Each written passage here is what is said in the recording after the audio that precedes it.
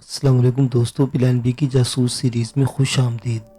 معزز سامعین حضرات، آئیے سنتے ہیں عنایت اللہ کی سرگزشت، منزل اور مسافر، قسط نمبر 51۔ معزز سامعین، آپ سے امید کی جاتی ہے کہ ویڈیو کو لائک کریں اور چینل کو بھی سبسکرائب کر لیں، شکریہ۔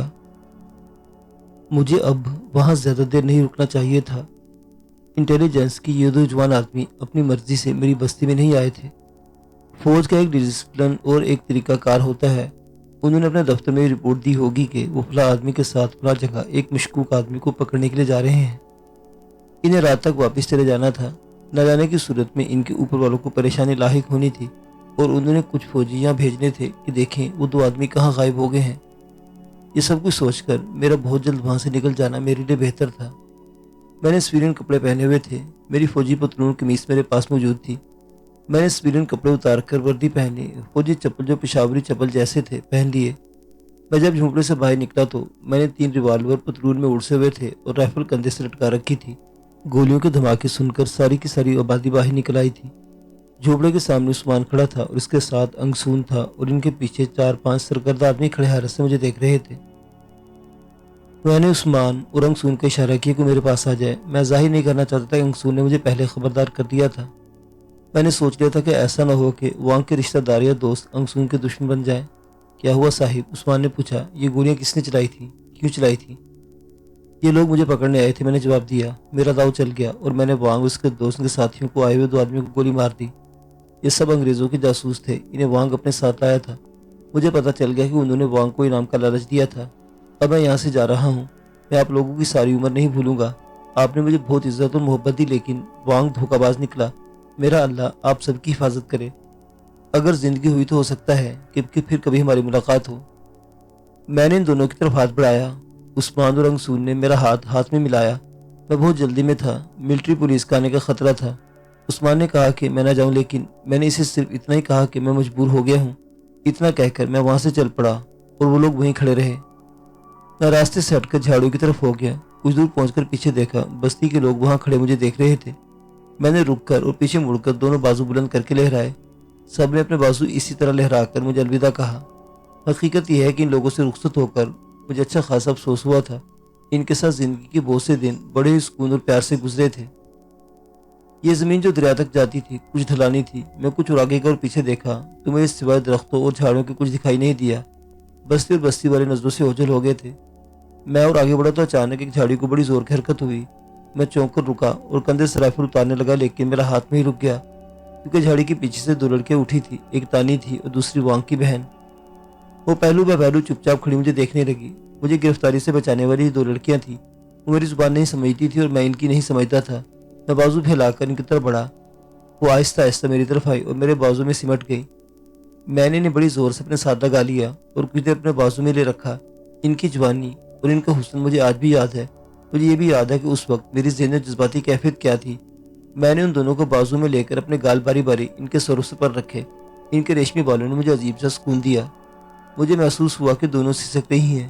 میں نے انہیں بازو سے نکالا اور ان کے سروں پر اور چہروں پر ہاتھ پھیر کر کہا، ان دونوں نے مجھے نئی زندگی دی ہے اور میں ان کا یہ احسان ساری زندگی نہیں بھول سکوں گا۔ وہ چپ چاپ مجھے دیکھ رہی تھی اور ان کی آنکھوں میں آنسو تھے۔ میں جانتا تھا کہ وہ میری زبان سے نکلا ہوا ایک لفظ بھی نہیں سمجھ سکتی، لیکن میں نے دل کی گہرائیوں سے ان کا شکریہ ادا کیا۔ میں جان گیا تھا کہ کسی اور طرف سے آ کر یہاں چھپ گئی تھی۔ انہیں معلوم تھا کہ میں ان آدمیوں کو مار کر موٹر بورڈ تک جاؤں گا۔ انہوں نے اپنے جذبات کا اظہار زبان سے نہیں آنسو سے کیا۔ میری آنکھوں میں بھی آنسو آ گئے۔ میں انہیں سمجھا نہیں سکتا تھا کہ میں جلدی میں ہوں۔ میں نے ایک بار پھر بازو پھیلائے تو وہ مقناطیس کی طرح کھینچی ہوئی میرے ساتھ آ لگی اور پھر میں ان سے رخصت ہوا۔ دور آگے جا کر میں نے پیچھے دیکھا، وہ وہیں کھڑی مجھے دیکھ رہی تھی۔ میں نے بازو لہرائے تو انہوں نے بھی بازو لہرا کر مجھے رخصت کیا۔ وہاں سے میں دوڑتا ہوا نیچے گیا۔ جب میں موٹر بورڈ تک گیا اور اوپر دیکھا تو لڑکیاں مجھے نظر نہیں آ رہی تھی۔ میں جلدی جلدی موٹر بورڈ کا رستہ کھولا جو قریب کے ایک درخت کے ساتھ بندھا ہوا تھا۔ میں نے رستہ موٹر بورڈ میں پھینکا اور کود کر بوٹ میں چلا گیا۔ بوٹ پہلے ہی ٹرائی میں سٹارٹ ہو گئی۔ میں نے بڑی احتیاط سے وہیل کو سنبھالا اور بوٹ کو وہاں سے نکال کر لے آیا جہاں چھپا کر رکھی گئی تھی۔ زندگی میں یہ پہلا موقع تھا کہ موٹر بوٹ کے وہیل پر کھڑا ہوا تھا، اور یہ بھی پہلا موقع تھا کہ میں اتنے زیادہ سیلابی اور اتنے چوڑے اور موزوں دریا میں اترا تھا۔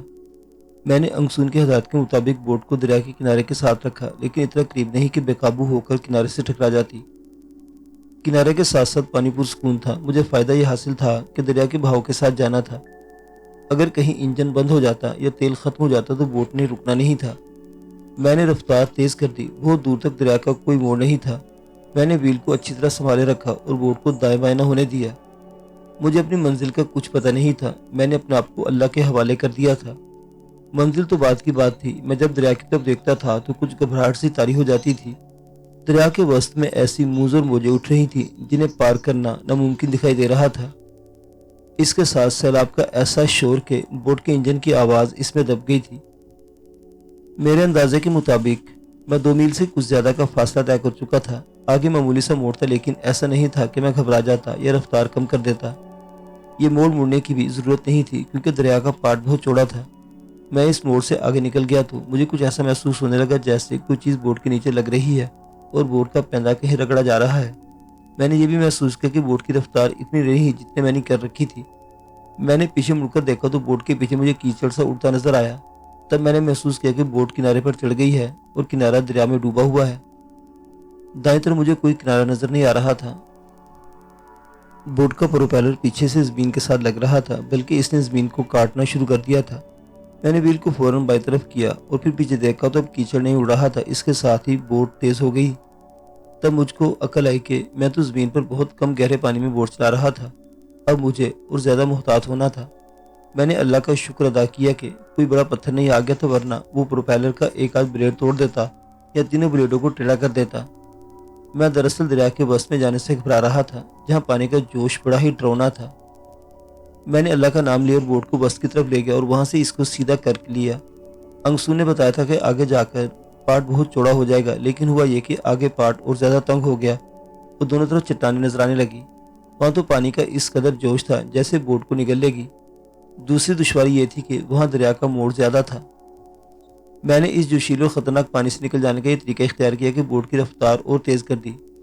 چونکہ یہاں پارٹ خاصا تنگ تھا اور کناروں پر چٹانیں دریا کو روکے ہوئے تھی، اس لیے وہاں دائیں سے بائیں تک موجیں اٹھ رہی تھیں اور یوں لگتا تھا جیسے یہ پانی کی موجیں نہیں بلکہ گدلے پتھروں کی چٹانیں کھڑی ہیں۔ وہاں تو سیلاب کا زور اور زیادہ خوفناک اور بلند ہو گیا تھا۔ میری حالت اب یہ تھی کہ بوٹ بہت ہی تیز تھی اور آگے چٹانوں جیسی موجیں تھی اور یوں لگتا تھا کہ جیسے میں خودکشی کرنے کی نیت سے چٹانوں سے ٹکرانے جا رہا ہوں۔ بوٹ جب وہاں تک پہنچی تو اتنی اونچی موج یا لہر کو کاٹ کر نکل جانے کے بجائے اوپر چلی گئی۔ میرے ہاتھ سے ویل چھوٹ گیا اور میں پیچھے جا گرا۔ پانی اس طرح اوپر سے بوٹ میں ہے جیسے بوٹ پانی کے اندر چلے گئی ہو اور ساری کہانی ہی ختم ہو گئی ہو۔ بوٹ اوپر جا کر نیچے کو گری۔ میں بھی اٹھ ہی رہا تھا کہ پیچھے سے میں یوں آگے کو پھینکا گیا کہ میرا سینہ ویل کے ساتھ جا لگا اور پسلیوں پر اچھا خاصا دباؤ پڑا۔ چند سیکنڈ کے لیے میرا دم گھٹ گیا۔ بوٹ ایک بار پھر اسی طرح اوپر گئی اور میں پیچھے جا پڑا۔ پھر وہی عمل دہرایا گیا کہ میں پیچھے سے جھٹکا کھا کر ویل پر جا پڑا۔ بعد میں مجھے خیال آیا کہ یہ اچھا ہی ہوا تھا کہ میں ویل سے پیچھے جا پڑا تھا۔ اگر میں ویل کو مضبوطی سے پکڑے رکھتا تو ہو سکتا تھا کہ وہ دائیں بائیں یا مڑ جاتا اور بوٹ تیزی سے ایک طرف مڑتے الٹ جاتی۔ دریا نے خود ہی بوٹ کو اپنے قابو میں بلکہ اپنے رحم و کرم پر رکھا تھا۔ 4 مرتبہ ایسے ہی ہوا تو میرا جسم اس طرح ہو گیا جیسے کسی بہت بڑی طاقت نے مجھے اٹھا اٹھا کر پتھروں پر پھینکا ہو۔ میرا جوڑ درد کرنے لگا۔ کچھ دیر کے لیے تو مجھے نظر ہی کچھ نہ آیا۔ موجوں کا پانی بڑی زور سے میری آنکھوں میں پڑا تھا۔ میں نے آنکھیں ملی اور اب جو سامنے دیکھا تو دریا بائیں کو مڑ رہا تھا اور آگے انگسون کے کہنے کے مطابق پارٹ بہت ہی چوڑا ہو گیا تھا۔ آج بھی اللہ کا شکر ادا کرتا ہوں کہ میری آنکھیں دیکھنے کے قابل ہو گئی تھی۔ بوٹ بڑی تیز رفتاری سے جا رہی تھی اور بمشکل 20-25 گز دور مجھے کالی سی کوئی بڑی سی چیز دریا میں ابھرتی نظر آئی۔ آپ نے تصویروں میں ویل مچھلی دیکھی ہوگی، بالکل ایسے لگا جیسے ویل مچھلی ہو۔ بوٹ نے وہاں تک پہنچتے چند سیکنڈ لیے ہوں گے۔ اچانک مجھے خیال آیا کہ تو دریا سے ابھری ہوئی چٹان ہے۔ میں اس چٹان تک پہنچ گیا تھا۔ اگر میں سنبھل نہ جاتا تو اس رفتار سے بوٹ اس چٹان سے ٹکراتی تو ٹکڑے ٹکڑے ہو جاتی اور میں اس ٹکر سے کبھی زندہ نہ بچ سکتا، میری لاش بھی نہ ملتی۔ چٹان میری طرف بڑی تیزی سے بڑھ رہی تھی اور بڑی سے بڑی ہوتی جا رہی تھی۔ میں نے پورا ویل بائیں طرف گھما دیا۔ بوٹ چٹان کے بالکل قریب جا کر 90 درجے کے زاویے پر جا کر گھومی تو میں سمجھا کہ ٹکر تو بچ گئی لیکن بوٹ الٹ جائے گی۔ پھر میں نے ویل کو دائیں موڑا تو بوٹ سیدھی ہو گئی۔ مجھے یوں محسوس ہوا جیسے میری حرکتیں قلب بند ہو گئی ہے۔ مجھے خطرہ محسوس ہونے لگا کہ نیچے بھی اور بھی چٹانیں ہوں گی اور ایسا ہو سکتا ہے کہ بوٹ کا پیندا کسی چٹان سے رگڑ جائے اور ذرا سے بھی سوراخ ہوگا تو پانی بوٹ کے اندر آنے لگے گا اور پھر اس کا نتیجہ سوائے ڈوب جانے کے اور کچھ نہیں ہوگا۔ مجھے انگسون کی وہ بات یاد آئی کہ بہت آگے جا کر بائیں کو ہو جانا، لیکن بورڈ کو ترچھا رکھنا، ایسا نہ کرنا کہ 90 درجے کے زاویے پر بورڈ کو موڑ کر سمجھو کہ کنارے جا لگو گے۔ میں نے بورڈ کو ذرا سا بائیں طرف موڑ دیا۔ دریا کے وسط میں لہریں تو اٹھ رہی تھی، لیکن پہاڑ بہت ہی پھیل جانے کی وجہ سے ان میں وہ جوش و خروش نہیں تھا جو میں پیچھے دیکھایا تھا۔ بوٹ ان لہروں کو چیرنے لگی۔ اب بوٹ لہروں پر غالب آ رہی تھی۔ کچھ دور تک بوٹ لہروں کو چیرتے آگے بڑھتی رہی، وہ پھر ان سے نکل گئی۔ اب میں اگلے کنارے کے قریب پہنچ رہا تھا اور پانی پرسکون ہو گیا تھا، لیکن خطرہ یہ تھا کہ کنارہ بھی ڈوبا ہوا تھا اور مجھے کچھ پتہ نہیں چل رہا تھا کہ کنارہ ہے کہاں۔ میری بڑی ہی سخت آزمائش تو اب شروع ہوئی۔ سورج غروب ہو چکا تھا اور شام بڑی تیزی سے سیاہ ہوتی جا رہی تھی۔ صرف ایک صورت حاصل تھی، مجھے ویسے ہی خیال آ گیا اس بوٹ کے سامنے 2 بتیاں بھی لگی ہوئی ہیں۔ میں نے ان کے سوئچ ڈھونڈنا چاہے تو اندھیرے میں ٹھیک طرح نظر نہیں آ رہے تھے۔ ٹول کر ایک سوئچ الگ تھلگ پوزیشن میں محسوس ہوا جو آف پوزیشن میں تھا۔ میں ڈرا کہ یہ کسی اور چیز کا نہ ہو، خطرہ مول لے کر اسے آن کے تو سامنے کی بتیاں جل اٹھی۔ یہ دیکھ کر مجھے اطمینان ہوا کہ ان کی روشنی موٹر گاڑیوں کی طرح تیز اور دور تک پہنچتی تھی۔ روشنی تو مل گئی، لیکن میری جسمانی حالت بگڑ رہی تھی۔ میں جس طرح بوٹ کے اندر پٹکا گیا تھا وہ سنا چکا ہوں۔ اس سے میری ہڈیاں دکھنے لگی تھیں۔ اس دکھن میں اضافہ اس طرح ہوا کہ سامنے ہی بڑی ٹھنڈی ہوا میرے جسم سے ٹکراتی تھی۔ میں ہوا میں کھڑا تھا اور بچاؤ کا کوئی انتظام نہیں تھا۔ اس ٹھنڈ نے میرے جسم کو جام کرنا شروع کر دیا۔ اتنی تیز ہوا میں آنکھیں کھلے رکھنا بھی خاصا مشکل تھا۔ آنکھوں پر زور دیتا رہا، جس کا نتیجہ نکلا کہ آنکھیں دکھنے لگی۔ اچانک سامنے دیکھا تو یوں محسوس ہوا جیسے بہت بڑا درخت دریا میں کھڑا ہو۔ میں نے رفتار کم کر دی اور بوٹ اس درخت تک پہنچ گئی۔ قریب جا کر میں سمجھا کہ یہ کوئی ٹوٹا ہوا یا جڑوں سے اکھڑا ہوا درخت ہے جو نہ جانے کہاں سے دریا میں بہتا آ رہا ہے۔ میں نے اسی طرح بوٹ کو تقریباً 90 درجے کے زاویے پر دائیں کو موڑا، جس طرح چٹان سے بچنے کے لیے بائیں کو موڑا تھا۔ پھر وہی خطرہ آ گیا کہ بوٹ الٹ جائے گی۔ میں نے فوراً بوٹ کو بائیں طرف موڑا۔ درخت کے ٹہن بوٹ کے نیچے لگے اور سائڈ کو بھی، لیکن بوٹ آگے نکل گئی۔ اب میں نے اس کی رفتار تیز نہ کی۔ میں نے دریا کے دائیں اور بائیں کا منظر بیان نہیں کیا۔ دونوں طرف ویسا ہی جنگل تھا جیسے جنگل میں رہ کر آیا تھا۔ اسی طرح چٹانیں تھیں، اونچی اونچی ٹیکریاں تھیں اور درختوں کی اتنی بہتات کہ دور تک کچھ نظر نہیں آتا تھا۔ اندھیرا گہرا ہو گیا تھا۔ دور، بہت دور مجھے شعلے سے چمکتے بجھتے نظر آئے، وہ یقیناً توپ خانے کے جو گولہ باری کر رہے تھے۔ مجھے ہلکی ہلکی دھمک بھی سنائی دینے لگی۔ اس سے میں سمجھا کہ میدان جنگ زیادہ دور نہیں۔ میں میدان جنگ یعنی اگلے مورچوں کی طرف جا رہا تھا۔ اس سے مجھے اندازہ ہوا کہ خاصا فاصلہ طے کر آیا ہوں۔ اس گورے کیپٹن نے جو پیٹرول پارٹی لے کر اس بستی کی طرف گیا تھا جس سے میری ملاقات ہوئی تھی، بتایا تھا کہ جنگ وہاں سے 50-60 میل دور ہے۔ مجھے اب اور آگے نہیں جانا چاہیے تھا۔ میں نے سوچا کہ جاپانیوں کے مورچوں کے پیچھے چلا جاؤں۔ موٹر بوٹ نے ایک جھٹکا سا کھایا اور کچھ آگے چلی گئی۔ ویسے جھٹکا لگا اور انجن بند ہو کر خود ہی چل پڑا، لیکن یہ جھٹکے بار بار لگنے لگے اور انجن بالکل ہی بند ہو گیا۔ سامنے والی بتیاں بہت مدھم ہو گئی۔ میں نے انجن سٹارٹ کرنے کی بہت کوشش کی، لیکن انجن ذرا سا سٹارٹ ہو کر خاموش ہو جاتا تھا۔ اس کا مطلب اس کے سوا اور ہو سکتا تھا کہ تیل ختم ہو گیا تھا۔ اگر تیل ہی ختم ہو گیا تھا تو ثبوت تھا کہ میں کم و بیش 40 میل کا فاصلہ طے کر آیا ہوں۔ اب تو آگے جانے کا سوال ہی ختم ہو گیا تھا۔ کشتی اب دریا کے زور پر چلی جا رہی تھی۔ میں نے اسے کنارے کی طرف موڑا، لیکن کشتی کی رفتار تو تھی ہی نہیں جو اسے فوراً موڑ لیتی۔ یہ کنارے کی طرف جاتے ہوئے بھی 1.5-2 میل آگے نکل گئی اور آخرکار کنارے کے ساتھ ٹکرائی۔ بوٹ رک گئی تھی۔ میں نے رائفل اٹھائی اور کندھے سے لگا کر بوٹ سے نکلا تو میرے نیچے گھٹنوں تک پانی تھا۔ میں بوٹ کو وہیں چھوڑ کر پانی سے نکل گیا۔ پانی کچھ دور تک تھا، آگے ویسی زمین اور ویسا جنگل تھا جیسے میں چھوڑ آیا تھا۔ مجھے یقین تھا کہ دریا کے اس کنارے پر جاپانیوں کے مورچے ہیں۔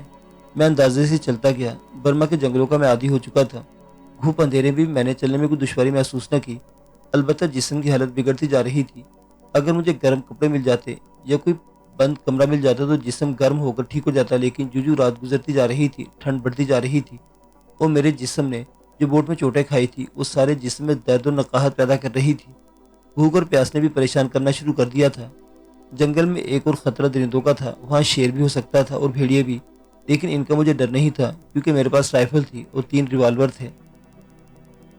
کچھ وقت بعد ٹانگیں جیسے رہ ہی گئی ہوں۔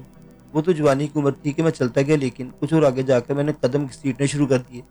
پھر ایسا ہوا کہ چند قدم چل کر میں کسی درخت کا سہارے کھڑا ہو جاتا اور 2-4 منٹ بعد چل پڑتا۔ میں اتنا سمجھتا تھا کہ رکنا ٹھیک نہیں، جسم نے ٹھنڈے ہو کر بالکل بے جان ہو جانا تھا، لیکن چلتے رہنے سے نوبت یہاں تک پہنچ گئی کہ میں قدم گھسیٹنے کے قابل نہ رہا۔ میں بیٹھ گیا۔ میں نے اللہ کو یاد کیا اور بلند آواز سے اللہ اللہ کو پکارا۔ اس کے ساتھ ہی میں نے دماغ کو غیر حاضر نہ ہونے دیا اور نہ ہی خیالوں کو بھٹکنے دیا۔ اس حقیقت کو سامنے رکھا کہ مجھے جاپانیوں تک پہنچنا ہے۔